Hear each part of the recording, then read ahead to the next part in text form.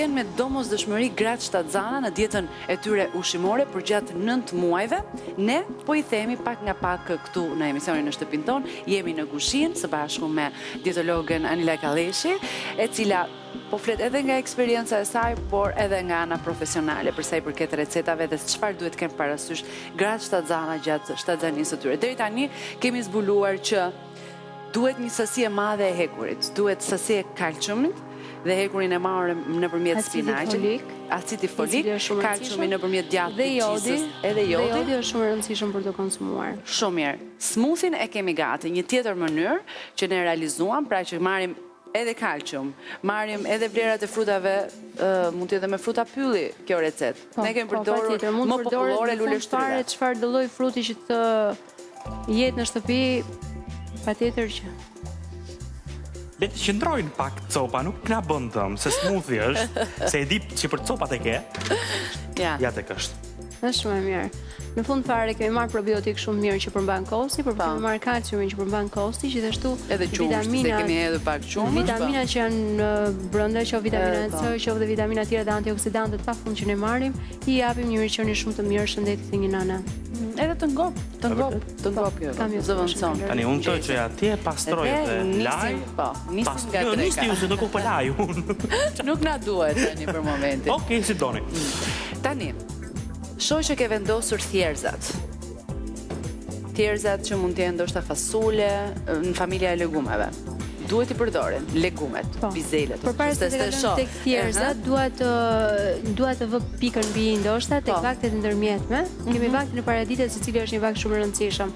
Dhe për nëna shtatzëna, biskotat integrale, krekersat të cilat me qoftë se një nën ka të vjedha gjatë periudhës 3 mujorit të parë të shtatzanisë, kuptohet do ishte një përzgjedhje fantastike apo një zgjidhje shumë e mirë për kësaj problematike. Pra biskotat e vogla krekers, ose mund të ishte edhe një vakt me fruta të thata, cabajame, lajthi, fara të ndryshme mund të ishte shumë mirë, ose një frut mund të ishte shumë mirë. Në rregull.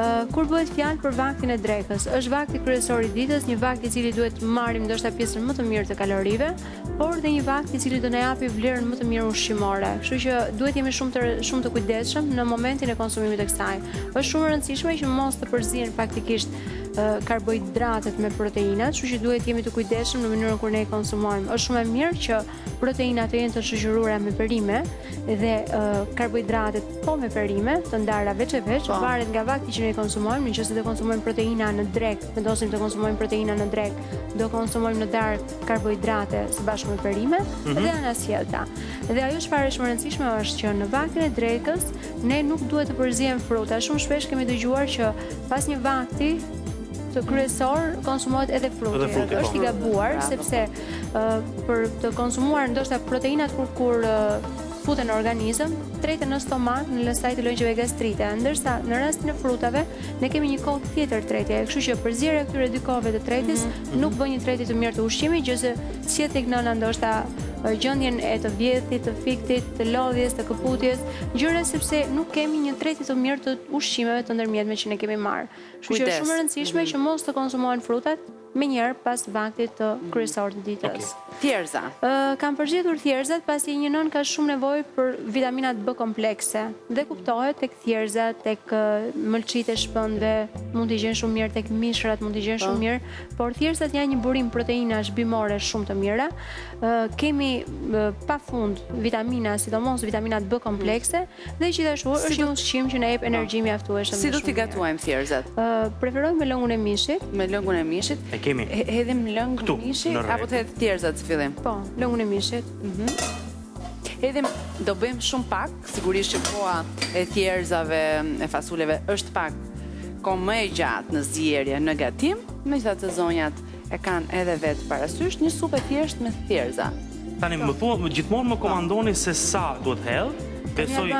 Kur vendosim për të gatuar, kuptohet duhet kemi porcionet parasysh, porcionet e ushqimeve. Nuk duhet jemi më shumë se mjafton. Do ishte edhe një garush ndoshta sepse do duhen për të zier.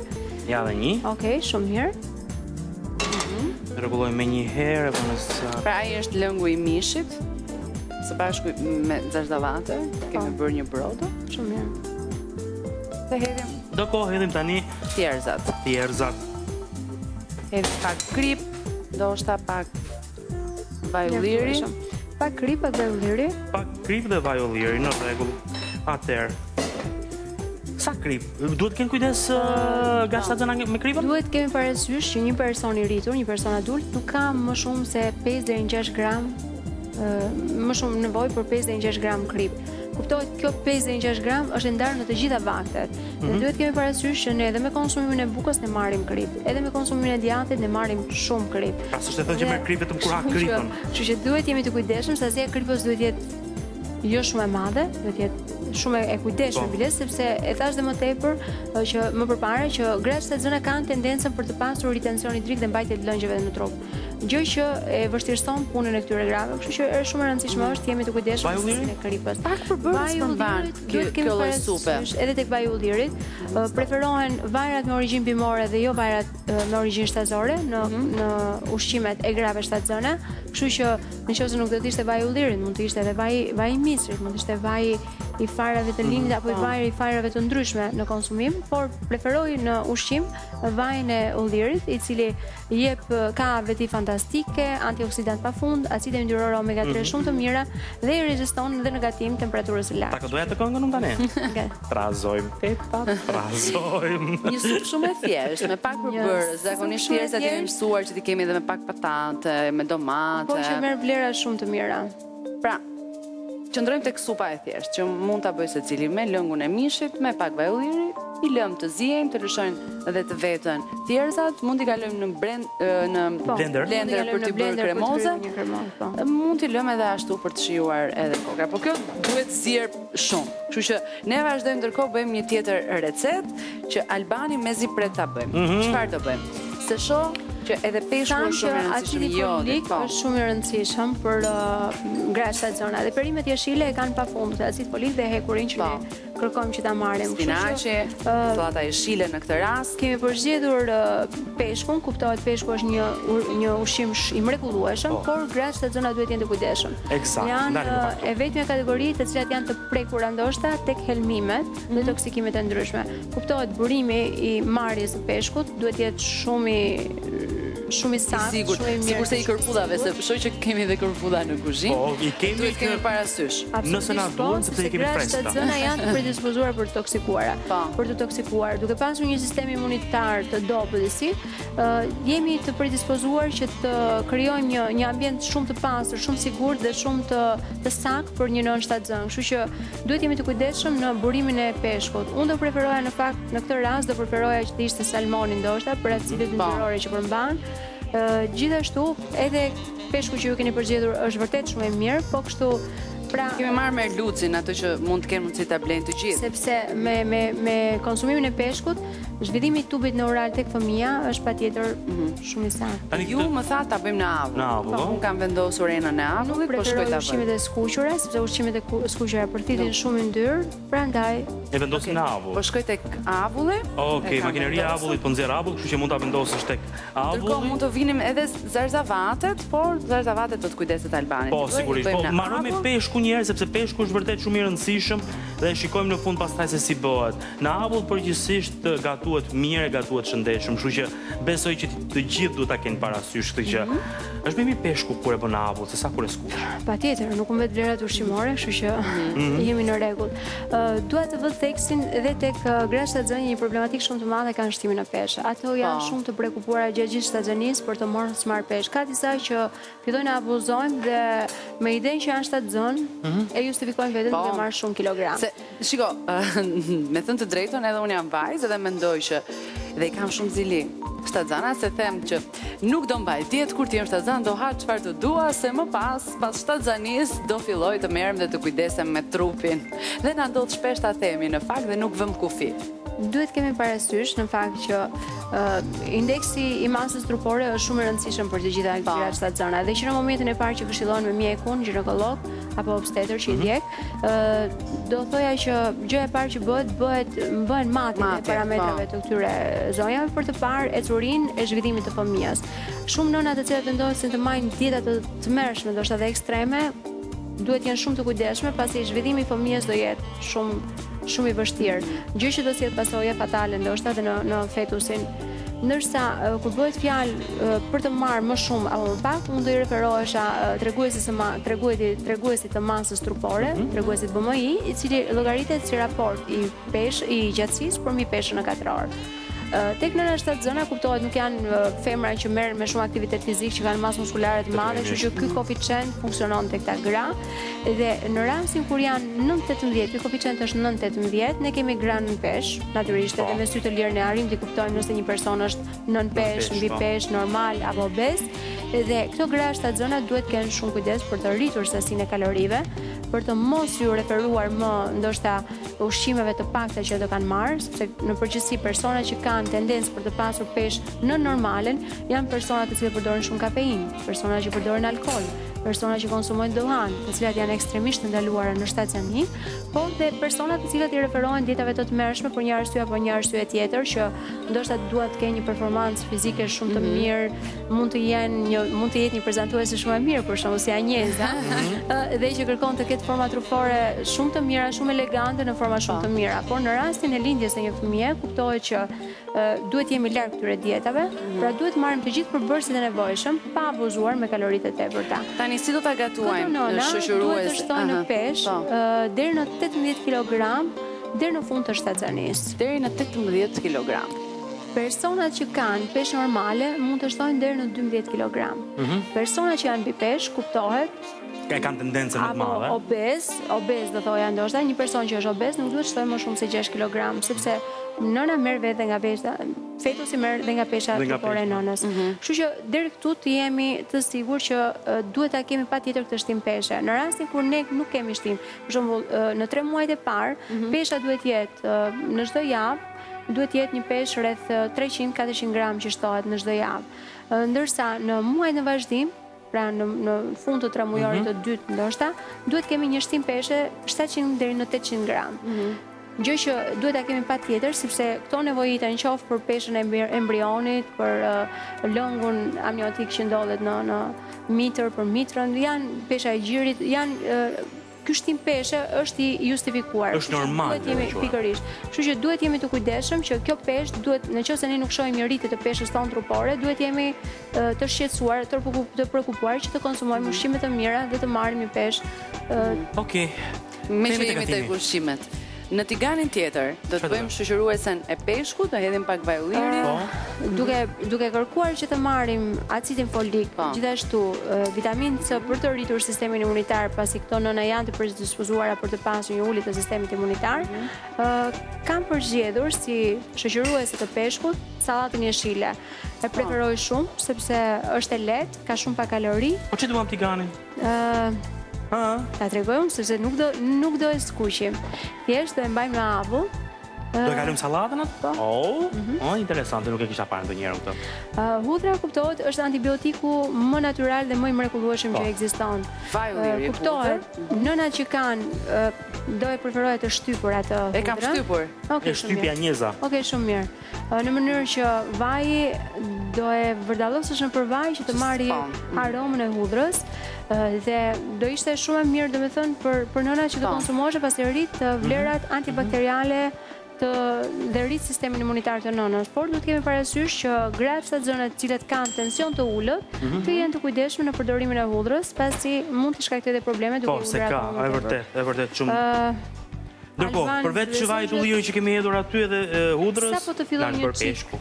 Edhe peshku. Sa po të filloj një çik hudra të përcasi një çik në vaj. Po, ja.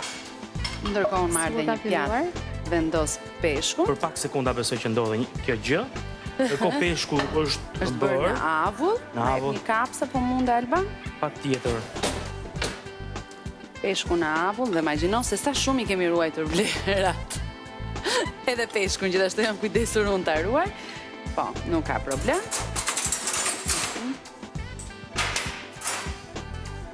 Të bën punë kjo? Apo e zgjidhe? E zgjidhe. Ti do më vdesësh mua, ti më çon shumë kot, ja. Ndërkohë, Alban hudra është gati? Është gati dhe çfarë do bëjmë tani? Do heq hudrën. Do ta heq hudrën, jo? Do hedhim sallatën brenda. Po pra kjo ishte interesant, ja. Ja, këtë. Si ta hedh sallatën, kështu siç është? Ashtu siç është, e pa prerë fare. Pa prerë. Kuptoj që sallata duhet jetë e larë shumë E mirë. kemi larë shumë mirë, sa sallatë hedh? Alban, po hedhë edhe të tjerë se. Mirë se heq atë pastaj. Është po shihet. Nuk ka ndonjë gjë, ka sallatë për shkak? Ide të gjithë. Të gjitha. Gjithë të gjithë do të bie sallata. Urdhëro. Përzi një çik. Nuk kisha parë ndonjëherë. Sallatë të skuqur hera parë që shoh. Jo, nuk është e skuqur. Po sallatë të ngrohtë. Do i hedhim shumë pak ujë, Ujë. po, krip, Shumë mirë marr ujin unë tani. shumë pak spes të kuq. Duhet kemi parasysh që greshta zëna. Edhe spes të kuq. Po.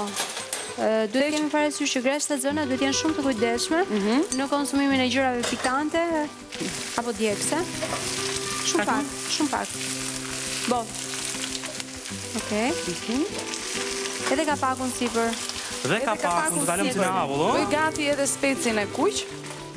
Spec djegës. Po. Sa duhet jetë sasia e djegës, sirës? 2 copa të voçka.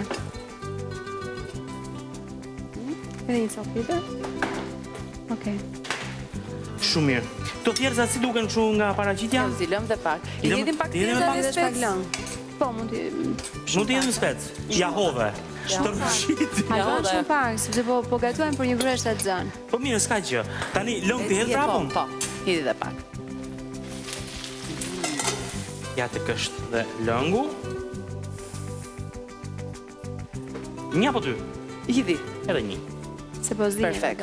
Shumë mirë. Alban, të lutem përzije sallatën. Patjetër. Përzi e sallatën Alban tani është momenti i Po Albanit. të vësh re, shikon, po fillon, po shumë Po mirë. shumë e mirë.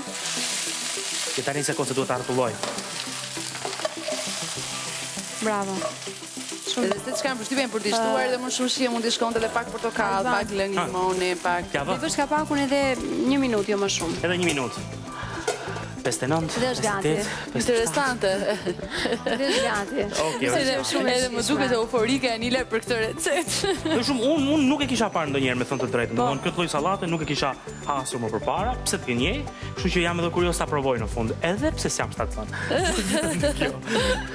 Okej. Kemi kaluar salmonin në avull. Kemi kaluar merlucin. në Merlucin, rastin po, tonë, edhe por salmoni jetë- mund të kalohet. Edhe salmon, mund të jetë edhe barbun, mund të jetë salata me edhe levrek, salmonin mund të jetë është mund të jetë kocë, gjithashtu kakalecat, frutat e detit, si Tek detit frutat e martena. detit, marrëdhënia me greshtë të zëna është disi e dyshim, Vërtet. pasi frutat e detit, kryesisht edhe kur janë të pagatuara, kur Tani janë tek- edhe tek krudo duhet duhet, jemi shumë të kujdesshëm, sepse burimi i infeksioneve është i pashmangshëm. Edhe vështirë të treta në Që- fakt, edhe për persona Që duhet jenë të kujdesshme në konsumimin e tyre. Duhet jenë të kujdesshme apo nuk duhet i konsumojnë fare?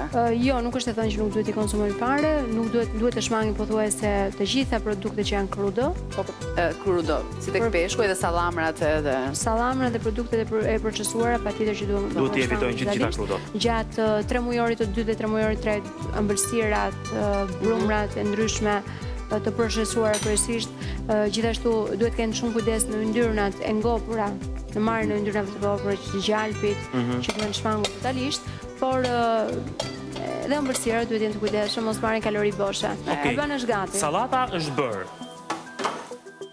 po. Au. Merre kapsen Tani, edhe e kapsen e vendosim. vendosim këtu. Vendose tek. U dogja që u dogja të digjem unë tani, mos u lodha njerëz. E shikon sa pak ishte Alban. E vërtet, edhe të Speci specin. O, hedho s'ka. duhet të jetë. Speci djegës. Duhet jetë? Po. No, okej. Aq pak, nuk thjesht i ka dhënë pak shija. Po. Ato Ka hudrën, dalë goxha e bukur. Po pse hoqe? kthej Do që ta prapë. haj. Nuk e di ka një problem me hudrat, kjo nuk e di se çfarë problemi ka. Jo, është shumë e mirë, është absolutisht shumë e mirë. Është një Le ta anë të freskët atëherë, po marr një të është freskët. Jo. Atë. Okej, E ka gjithsesi. lëshuar ajo të vetë. Hudrën e ka, nuk ka faj se ka hallin e aromës. Gjallë nuk pranohet. Nuk pranohet e gjallë. pranohet e gjallë. Okej. Nëse gjithsesi. Gjithsesi aromën e ka marrë, do hudrës. Hudra e bën shumë mirë sepse Unë them që varet nga dëshira e personit që ta konsumoj pjatën. Nëse doni mund ta mbani ideja. hudrën. Si ka dalë pjatë shumë Nëse s'doni jo. Më pëlqen ideja shumë. Tani, një luk vajulliri e meriton kjo pjatë. Tek peshku se ka kaluar vetëm në avull. Te sallata Një më e lug. Po. Stop, stop. Nuk është një lug ajo, është më pak si lug. Dhe e bëjmë edhe më të bukur pjatën. Ja, filloj. Në rregull. Dhe E keni qarë. është shumë e bukur vërtet. Edhe për pak. Vlera kalorike nuk është se kemi, po kemi vlerë ushqimore shumë të mira dhe të shëndetshme. Nuk është se kemi bërë ndonjë përpunim ushqimit, vlerat kanë ndonjë të paprekura, kështu që E vendosim. Ta vendos? Jo, lëre Okej. njerë se Nuk i di. kemi hapësirë. Në rregull. Po Marrim merrem tani. me thjerza tonë. thjesht si jemi. Do dhe pak më duket. Thjerza Nuk e di. duan, ko. Duan prapë, të prapë langun. Po. Shtoj prap lëng mishi. Ja, të është. Tek mishrat. Dukesh se sigurisht se ushqim i thjesht, po do edhe ai. Po pra kaq të vogla që duken kështu të bëhen shpejt, po jo kanë. Në të nxjerrë pressionin, mund ta kishim zgjidhur. Anil, tek mishrat, çfarë duhet kemi parasysh? Në fakt, gruaja shtatzën ka nevojë shumë për hekur dhe për proteina. Dhe mishi është një burim shumë i mirë i hekurit dhe i proteinave. Mishi i bardh kuptohet që është akoma më i preferuar, sepse ne i proteina mirë dhe jemi më të siguruar ndoshta për nga ana cilësore e konsumimit të saj. Preferoj mishin e pulës, mishin e bardhë të pulës, për të sugjeruar një vakt, ndoshta një vakt kryesor të ditës, për të marrë proteinë mjaftueshëm dhe për të mos marrë shumë vlera kalorike ushqimore, por vlera shumë të mira. Do t'i kalojmë në zgarë. Përmban triptofanin, një aminoacid shumë i mirë, i cili ndihmon mjaft me grashtaciona gjatë periudhës së shtacionisë.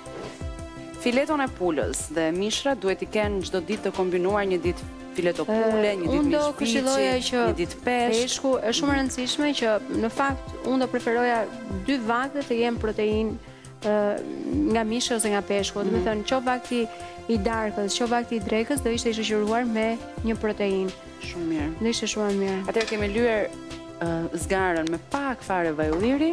Për ta kaloj këtej që të punoj më thjesht se e kam pak larg, ndërkohë që ato duan më shumë kohë. Hedhim pak hudhër Okej, shumë mirë. dhe do të kalojmë filetot. Fileton do ta marinojmë Okej. me pak krip. Po, shumë mirë. Pak krip, ja ta japun Pak kripën krip, një herë. pak piper. Edhe vaj ulliri kanë përshtypjen të duhet. Apo jo? Kujdes, po. Apo kujdes me çfarë me kripën? Kujdes me erzat. A piperin do hedhim apo jo? Jo? Do E lë. hedhim por në sasi shumë të vogël, sepse varet nga nëna shtatzëna. Dikush mund mos ta preferoj, por gjithsesi pikante dhe erzat duhet jemi të kujdesshëm tek gra shtatzëna. Po. Mirë e lëm. Po. Muaren këtë lloj forme. Në rregull. Bravo Alban. Do më? Ja. Okej, mjafton? I vendosim në zgarë. Filetoja e pulës është dieta më e mirë, ë? Në fakt, Sigurisht që faktikisht edhe mishi i pulës kohët e fundit problematikat e saj ka shfaqur me probleme që ka me hormonin e estrogjenit, sepse dim tashmë që po ekziston trajtimi me hormonin e estrogjenit, që hormonin e rritjes të estrogjenit është bërë tashmë mod për mbashtuesit e pulave, të thoya. Po abuzojnë me këtë fakt. Kështu që fatkeqësisht Pra praktikisht do të kemi shumë kujdes edhe për mishin se ku e blejmë, të marrim mish i cili është i sigurt dhe ja dini shumë mirë burimin. Po, është shumë. Do të kemi shumë kujdes në këtë pikë, sidomos te kategoria e njerëzve për cilët ne ditën e sotme po flasim. Janë një kategori e brisht, po. dhe duhet kemi sa më shumë kujdes edhe zonjat që janë shtatzon vetë për veten e tyre, por edhe ne zotrinj, për zonjat tona duhet kujdesemi që t'i mbajmë sa më mirë. Pastaj. Porcionet e perimeve që duhen konsumuar në ditë duhet jenë diku 4 Lëre deri dhe pak dhe pastaj lëvizë. Jo, po më është ngjitur. Jo, s'ka që se e liron pastaj. Okej.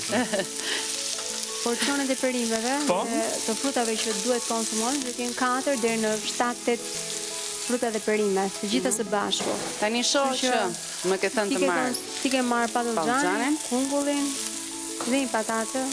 edhe një patate. Unë po i bëj gati. Të shohësh Albanin. Ti bën fileton me zarzavate, nga ana tjetër bën supën. Kam Është i thënë, papar në i me shoj që është lufturuar shumë kur kam thënë për të bërë këtë program. Ta shpëtova nga kuzhina dhe i bësh ti gjitha. Po ti ke filluar të gatuash. Po normale. Bravo. Në fakt kemi mësuar shumë nga ky program, është shumë e rëndësishme që t'japim këshillat e duhura, edhe mënyrën e duhur të gatimit të çdo produkti. Mbase e kam thënë her pas here në këtë program që më përpara ne nuk e kemi ditur se si përdoreshin ose kemi ditur vetëm një anë të produkteve, nuk i kemi njohur shumë mirë. Nuk po gjej thikën e duhur. Më në fund kemi gjetur le ta quajmë vendin e duhur për t'ju treguar ato çfarë ne duam t'ju themi që janë me shumë vlera në fakt. Ndërkohë, Anil, përgjithsisht nuk e di, tek mëngjesi janë shkaluan pak vezën. Jam kurios të di, duhet jetë pjesë apo jo? Jo, nuk e anashkaluam. Jo, e anashkaluam se nuk e kishim aty. Patjetër që është një produkt shumë i mirë, por duhet të merrni në mendje tani rritja e trigliceridëve dhe kolesterolit të grashtat zëna është prezente, kështu që duhet kemi parasysh që veza pak me kolesterolin marrëdhënie nuk e ka shumë të mirë. Abuzimi me të, kuptohet me sasinë e vezëve, konsumimi pafund i vezëve nga 3-4 kokra në ditë, kuptohet që do ishte një sasi e madhe dhe problematike në rritjen e kolesterolit. Kështu që gratë sidomos që në analizat e tyre shfaqin rritje të kolesterolit dhe trigliceridëve, duhet të jenë të kujdesshëm në konsumimin, por është një protein shumë e mirë. Është një sasi shumë e vogël që e vlera magjike. Mirë. Ndërkohë Albani më përcëllua. Albani më përcëllua. Mishi është bërë, do hedhim në gjë tjetër të mishi edhe të tjerë po thuaj, se? Tani ne me këto receta ju kemi shtuar dhe nepsin grave shtatzën sot. Nëse më del ndonjë, si quhet në gjuhën popullore, byt. Nuk kam faj. Anil, the që zarzavatet janë shumë të rëndësishme tek zonja. Po, shumë saktë.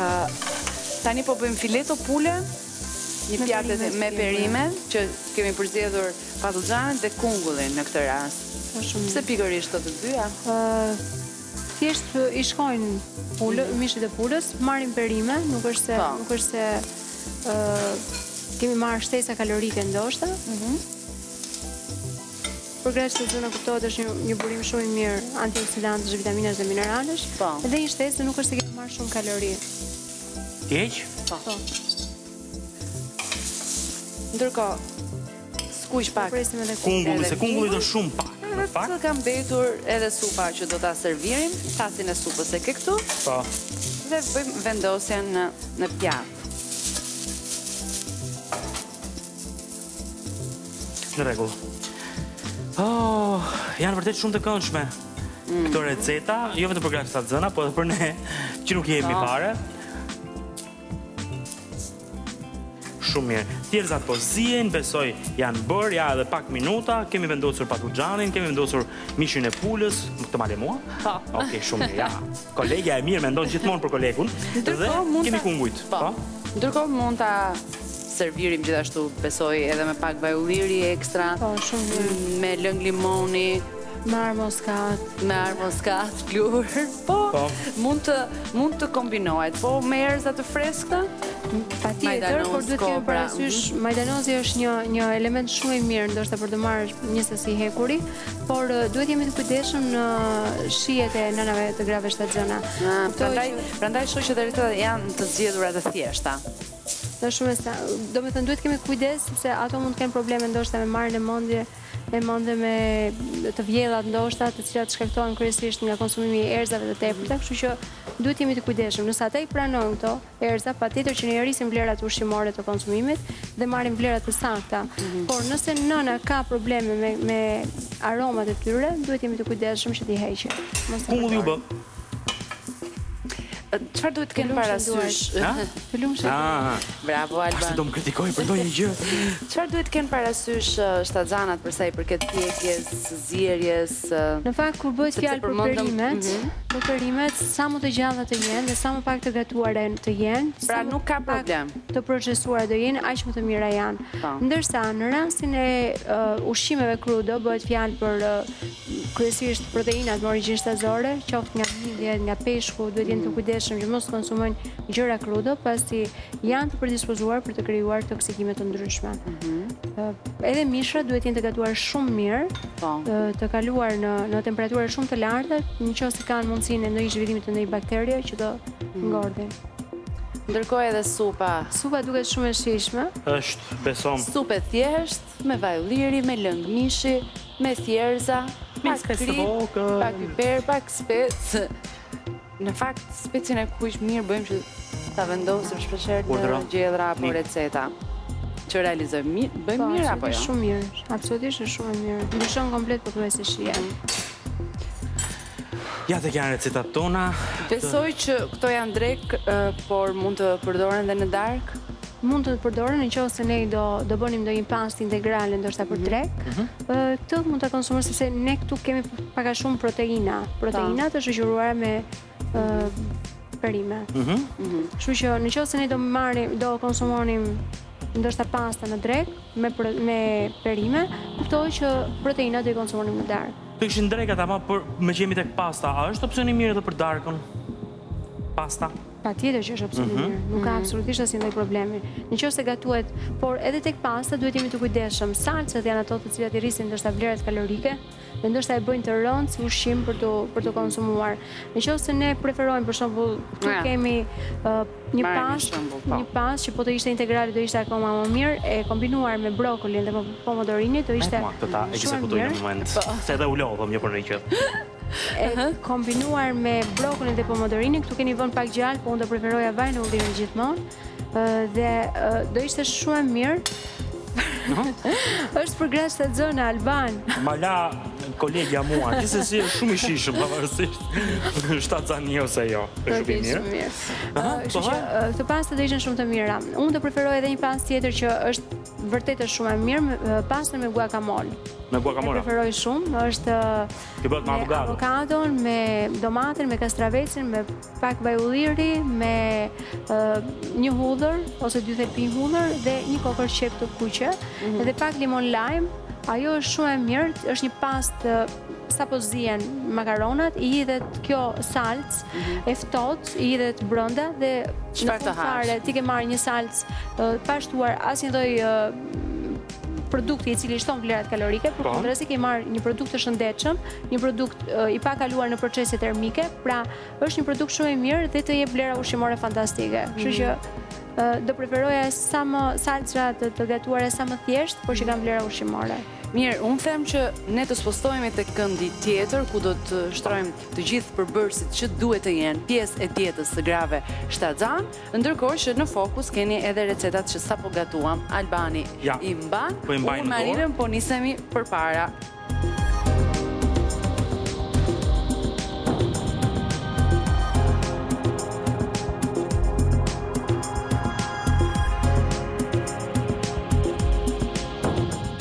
Albani e shtroj kryezën Anil dhe nga ajo që shoh, me thënë të drejtën bizotrojnë zarzavatet edhe tek recetat e grave shtatzan.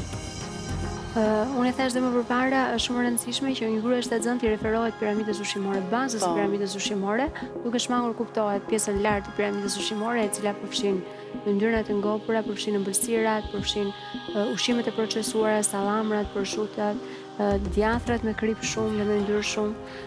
Dhe duke referuar bazës së piramidës ushqimore, e cila përmban dritat integrale, bëhet fjalë për pastat integrale, orisin integral, për bukën e ndryshme integrale, kryesisht të pasuruar me farra, do ishte akoma më mirë. Pra si buka që kemi përzgjedhur ne.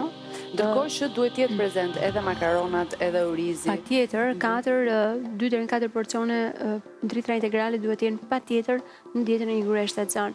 Gjithashtu bulmetrat janë shumë të rëndësishëm për të konsumuar, pasi duhet të jenë prezent pothuajse gjatë gjithë ditës, pasi marrja e kalciumit është shumë e nevojshme për gratë shtatzana, për forcimin e koshtave dhe ishtrave, për zhvillimin e fëmijës, gjithashtu për dhëmbët, për kujdesin e dhëmbëve, pasi dimë që gratë shtatzana kanë probleme me kujdesin e dhëmbëve. Ndaj marrja e bulmetit do ishte përsëri një burim shumë i mirë, qoftë i burimit të kalciumit dhe vitaminës D3, qoftë edhe për marrjen e proteinave ku merren nga ky produkt. Kuptohet, duhet jenë të kujdesshëm që të përzgjedhin produktet e skremuar, produktet e pasterizuar, jo shumë është pa pasterizuar, por dhe të valuar shumë mirë kur konsumohen. Që të evitohen të gjitha mikrobet e mundshme. Po, është shumë e saktë. Edhe mishi duhet të jetë i pjekur mirë ose i pjekur mirë. Mishi preferohen 2 deri në 3 porcione mishi kuq apo peshk, apo mishi bardhë, i cili është burimi i proteinave, gjithashtu është shumë i mirë për hekurin, për sesin e hekurit që duhet marrë. Suprat janë një burim shumë i mirë, qoftë për të hapur oreksin, për të pasur një sistem tretje shumë të mirë, sepse dihet që gratë shtatzana kanë probleme me konstipacionin, Dhe marrja e suprave e lehtësonte si tretin e ushqimeve që ata do të konsumojnë, gjithashtu të bënte të ndihesh i ngopur për një farë mënyre pa marrë shumë kalori. Sallatrat janë një tjetër burim shumë i mirë dhe duhen konsumuar patjetër, duhet jenë të larmishme me shumë ngjyra, nuk na japin shumë kalori, por na japin vitamina dhe minerale pafund. Duhet jenë gjysmë të gatuar këto sallata, siç bëre sallatën e shile që e kaluam, ajo ishte më tepër si garnitur dhe ishte diçka ndryshe nga ajo çfarë ne kemi konsumuar gjithmonë, por perimet janë shile, janë një burim i klorofile që është shumë i mirë për greçtat tona, është një burim i vitaminës C, janë burim vitaminash dhe mineralesh pafund, antioksidantësh të cilët ndihmojnë në luftën kundër radikaleve të lira, gjithashtu edhe në mbrojtjen e sistemit imunitar të grave shtatzëna, kështu që perimet jeshile duhen konsumuar qoftë në formën e smoothit, qoftë si perime të zjera, të gjalla, do ishin akoma më të mira, në avull përsëri do ishin shumë të mira për të gatuar, por duhet të jenë pjesë përbërëse e gatimeve tona. Frutet e thata janë një tjetër burim shumë i mirë i acideve yndyrore omega 3 dhe gjithashtu mund të përdoren gjatë vakteve të ndërmjetme për të marrë një sasi kalorike të mirë dhe pse jo për të marrë vlera ushqimore. Qoftë në llojen e farave të ndryshme, qoftë në aroret, do ishte përsëri shumë mirë. E kuptoj. Porcioni tek porcionet gjithmonë duhet jenë porcionet e zakonshme. Për shembull, çdo frut nuk duhet të ketë madhësi më të madhe se topi i tenisit, që kjo është në rregull si porcion, pra jo më shumë se 120 gram një frut, dhe frutet kryesisht duhen konsumuar larg vakteve, pra jo në vaktin, jo menjëherë në vaktet kryesore, pas vakteve kryesore, por në vaktet e ndërmjetme. Do ishte shumë mirë, qoftë në formën e smoothie, qoftë në formën e frutit natyral, do ishte. Një ndër problemet që graçtatëzëna kanë, se duke e patur në shtëpi e ti edhe unë, është edhe fryrja. Fryrja nga jo për shkak të bebit, por për shkak të ushqimit. Si mund ta evitojnë këtë gjë? Në fakt duhet të jenë të kujdesshme edhe në ushqimet që ata konsumojnë. Nëse konsumojnë ushqime të cilat kanë ndoshta vështirësi në tretje, kuptoj që do kenë fryrje, konstipacion apo diare. Kjo vërtetohet, kuptohet, sasia është një tjetër shkaktar ndoshta, por dhe kombinimi jo i mirë ushqimeve, qoftë duke konsumuar proteinat me karbohidrat bashkë apo duke bërë një përzierje të tyre. Edhe në rastin e konsumimit ndoshta të frutave, për shembull, së bashku me ushqimin, pse nuk duhen konsumuar? Nuk duhen konsumuar sepse kanë orar tretje të caktuar. Nëse bëhet një kombinim i gabuar, patjetër që do ketë fryrje dhe jo shqetësime gjatë gjumit ndoshta, pse jo.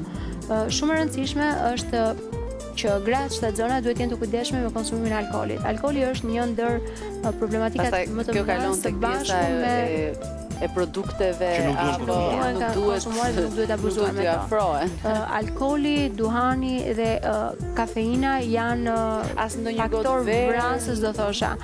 Të gazuara gjithashtu. Unë do pijet me gaz, patjetër që janë shumë të dëmshme, sodat e ndryshme janë shumë të dëmshme për të konsumuar, pasi sjellin pasoja fatale ndoshta në fetus, kështu që një nënë që duhet të ndërgjegjësohet në këtë gjë, dhe nëse ka qenë konsumatore e kafeve pafund, e duhanit apo e alkoolit, duhet mendojnë për fëmijën që do sjellin në jetë, ndaj duhet ndalojnë në mënyrë kategorike. Edhe ato që kanë qenë të pasionuar pas foodeve për shembull.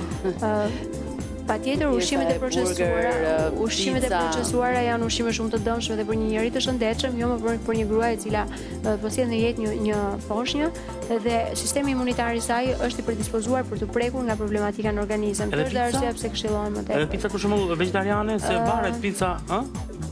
Për kuriozitetin tim. Nuk është absolutisht asnjë lloj dëmi nëse ti konsumon një trekëndsh nga ajo pica madhe. Por nëse ti e bën ose në momente sporadike. Nëse ti e konsumon vazhdimisht, kuptohet dhe e bën edukat dhe kulturë që ta konsumosh picën apo bruma të tjera, qoftë edhe pastat. Nëse ti konsumosh çdo ditë pasta, por këto të shoqëruara me salca të ndryshme, të cilat e rrisin vlerën kalorike, të shoqëruara me gjalp, me salca, me majonezë, me patjetër që vlerat kalorike të tyre rriten, gjithashtu edhe ti merr kalori boshe pa vlera ushqimore. Në fund fare ne kemi ardhur këtu për të dhënë atë çfarë është më e mirë dhe çfarë duhet të konsumojmë, sepse për të konsumuar gjëra të thjeshta apo gjëra marrëdhënia me sheqerin the pak më parë që duhet pothuajse të evitohet fare. Sidomos në tremujorin e dytë dhe të tretë, duhet pothuajse eliminuar fare, së bashku me yndyrnat e ngopura dhe ushqimet e procesuara duhen shmangur totalisht. Në qoftë se diku femrat para menstruacioneve mendojnë që ka nevojë për pak sheqer, për pak ëmbëlsirë, çokoladë apo biskota apo karamele, do thoya që në periudhën e shtatzanisë, ndërgjegjësimi duhet jetë mos e qartë tek nëna, sepse merr vlera kalorike kote, merr peshk kot, për fëmijën nuk është se je vlera ushqimore dhe në fund fare nuk ke bërë përzgjedhjen e duhur, por ke gabuar. Aktiviteti fizik. Aktiviteti fizik është një tjetër element shumë i rëndësishëm për nënën shtatzan. Kuptohet 30 minuta ecje në ajër të pastër, ndoshta edhe sporti, pse jo yoga, noti është shumë i mirë. Kuptohet, nuk jam ato nënat të cilët abuzojnë, duke bërë ushtrime shumë të vështira, duke rrezikuar ndoshta ecje në makinë, duke shkuar në palestër. Por sipas këshillave të instruktorit, është shumë e rëndësishme që aktiviteti të jetë i moderuar, i lehtë, i përballueshëm për një nënë shtatzan, pa krijuar komplikacione në shtatzan. Tani, këto receta që prekëm ne i përkasin sigurisht një nënë shtatzan, e cila nuk ka ato problemet e erëpashershme që kanë të përzjera, po kalon një moment ndoshta në muajt e fundit kur fëmijës fillon i dalin dhe flokët dhe ke atë përzirjen dhe e vërtetë është kjo? Unë nuk e kam pasur këtë problem, nuk di të dashur. Pra ne po flasim për një shtatzani të rregullt. Thuhet që ky është momenti që fëmijës i fillojnë të dalin flokët dhe nëna ka një djegje. Ndërkohë që kjo është për një shtatzani të rregullt, ama çfarë duhet të ketë parasysh? Unë mendoj që ushqimet acide, ushqimet që përmbajnë shumë aciditet, janë ato ushqime të cilat provokojnë ndoshta problemet me ujë, kështu që evitojmë. Duhet i evitojmë patjetër. Dhe gjërat pikante të mundohemi të jemi të kujdesshëm, jo në konsumim ekstrem, por në gjëra shumë të vogla sa për t'i dhënë një shije produkteve. Ndërkohë që si duhet jetë marrëdhënia edhe me mjekun gjatë kësaj kohe. Marrëdhënia me mjekun kuptohet duhet të jemi shumë të kujdesshëm, shumë të vëmendshëm me mjekun, se jo edhe këshillimi me dietologun do ishte diçka shumë e mirë, sepse unë mendoj që në momentet e para të shtatzanisë, një nënë duhet të di pak a shumë edhe gjendjen e vitaminave dhe mineraleve që ndodhen në organizëm, duke ditur sasinë e kalciumit, nëse ajo ka dënësi të kockave të vogël, në mënyrë që të rrisim dënësinë e kockave, të jepin ushqime për të rritur dënësinë e kockave, por gjithmonë nëse ne do merrnim për shembull suplemente të kalciumit, kur një nënë nuk ka nevojë sepse e ka në vlera normale, në parametra normal, natyrisht do i bënim dëm organizmit tonë, ose qoftë për vitaminën D, ose për hekurin, pra nëse çdo gjë, nëse ne do e bënim me tepri duke marrë suplemente, sepse tash më dihet që në treg ekzistojnë vitamina dhe minerale, suplemente pafund, të cilat nënat për të përftuar ndoshta duke pasur frikën që nëpërmjet ushqimit ata nuk arrin t'i marrin, përpiqen që t'i marrin nëpërmjet tabletave, duke pa këshillimin e një mjeku, ndoshta pa parë një analizë të tyre të detajuar të mikroelementeve dhe duke mos pasur këtë edukat apo këtë kulturë, gabimisht përdorin marrin suplemente pa këshillin e një mjeku, pa u konsultuar ndoshta, dhe duke bërë ndoshta një mbikarkesë të organizmit, duke krijuar ndoshta pse jo edhe në toksikime të. Unë besoj se suplementi më i mirë është kjo tryezë që kemi ne këtu. Ushqime natyrale. Me që jemi te kjo tryezë ne kemi dhënë disa opsione të cilat janë popullore, që do të thotë mund të gjej gjithsecili prej nesh, mund të gjej shumë lehtë, ama ka edhe nga ato zonja që mund të kenë neps, se nepsi është i rëndësishëm në këtë kohë që ka neps për frutat ekzotike, le ta quajmë. Ka ndonjë problem? Ka ndonjë frut të ndaluar? Absolutisht jo. Ndonjë frut pasioni? Jo, pse duhet të ketë ndalim në ato fruta. Mjafton që të kenë dëshirën për t'i konsumuar dhe patjetër vlerat mund t'i marrin shumë mirë. Për shembull, në rastin e smoothie që ne përdorëm, ne e përdorëm me pjeshk, mund të ishte me një mango që do ishte shkëlqyer, mund të ishte një avokado që do ishte akoma shumë e mirë, do të ishte vërtet vlera fantastike. Gjithashtu mund të farra të ndryshme si shtesë të këtyre perimeve apo të mishrave do ishin përsëri akoma mirë për ta pasuruar pjatën tonë, duke marrë vërtet ndoshta pak më tepër kalori, por kalori të shëndetshme, kalori të mira të mbushura me. Thatë për faktin e mesme tek frutat, tani janë bërë të modës që këto salsat shoqëruese të mishit zakonisht të bëhen dhe me fruta, për shembull fileton e pulës mund ta bëjmë me fruta të pyllit, nuk ka asnjë problem në këtë rast, ëh? Jo, absolutisht. Absolutisht. E rëndësishme është që shijet e nënës të përkojnë apo të jenë të njëjta me shijen e salsës, ndoshta që mos ketë probleme ndoshta në provokime të vjerave apo problematika. E kuptoj. Ndalemi pak tek kjo sallata, tek sallata që e ka bërë Albani me shumë dashuri. Ishte shumë e bukur, në fakt edhe shumë e veçantë. Mund të shtojmë ndonjë element tjetër kësaj sallate? Unë preferoj me açuge. Tani ndalemi pak tek açuget. Açuget ju e dini dashur miqtë mi, kemi bërë edhe një emision madje, janë ato peshqit e vegjël. Ato peshqit e vegjël nuk duhen konsumuar të krudo, se përgjithsisht açuget janë krudo. Absolutisht jo. Në atë vajin që ne ngrohëm një çik së bashku me hudhrën, Po? po të shtojmë pak açuge dhe të japim një skuqje të lehtë, ndoshta duke e shpërndar mirë e mirë në copa shumë të vogla, sepse për të përhapur Po, për të përhapur. dhe të përzierë me sallatën, merr një aromë fantastike. E kombinuar me peshkun, Është shkëlqyer. Kemi në fakt në supermarketet tona kapanoza. ato që janë në kapanoz, janë gjysmë të gatshme, kanë përshtypjen unë kanë kaluar në po. një lloj procesi diçka e ato tillë janë zgjidhja dhe mund t'i përdorin. perfekte, shumë mira. Okej, shumë rregull. Besoj që kemi dhënë këshilla pafund. Ti marr omega 3 Po. në sasi të mirë. Bishtajoret janë një tjetër produkt shumë i mirë. Fasulet, thjerëzat, bishtajoret janë Legumet, shumë të po. mira, legumet, sepse marrin proteina me origjinë bimore, shumë të shëndetshme dhe vitaminat B kompleks, të cilat janë shumë të nevojshme për nënën shtatzan.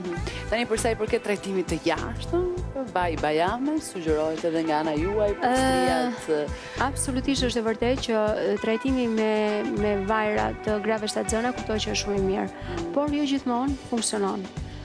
Sepse po, është e vërtetë, sepse ajo faktikisht është edhe gjenetike, varet nga elasticitet i lëkurës, sa më lëkurë e trashë të jetë, aq më shumë elasticitet ka ajo lëkurë dhe më pak gjasa ka për të qarë.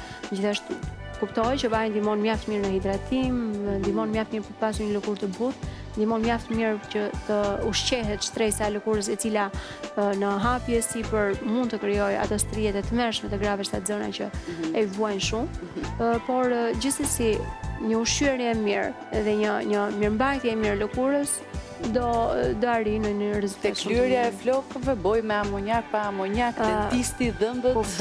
Kuptohet që sa më shumë të kenë kujdes nëna që të nështrohen proceseve të ndryshme, natyrisht do jenë më të mbrojtura nga problematikat. Kuptohet, boja me amonjak është i dëmshme, pasi arrin të përthithet nga fetusi dhe natyrisht do i shkakton të probleme. Sa më shumë të kujdesshme të jemi nga kimikatet, nga solucionet e ndryshme që përdoren qoftë edhe në larje, në shplarje apo në problemet e tjera, qoftë në pastrime, solucionet e pastrimit duhet jemi shumë kujdesshëm, pasi çdo gjë që nëna ka afër mund t'ia përçojë fëmijës nëpërmjet organizmit të saj.